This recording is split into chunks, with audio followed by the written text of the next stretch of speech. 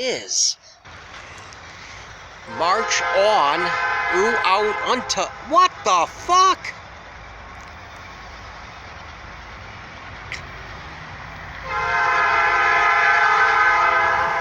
Just for a locomotive?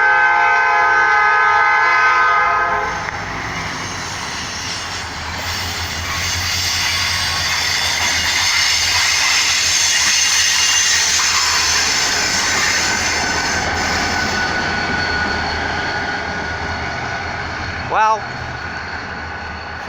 under most circumstances that would be a boring video, but I always have something interesting and thought-provoking to say. And I'm so glad I have Asperger's because I say what's on my mind when I make a video. People don't like it, fuck them. And I only got 1 week left in the Atlanta area, so it really fucking sucks. It blows whenever vacation comes to an end, but being able to make an interesting and thought-provoking video greatly reduces the severity of the suck.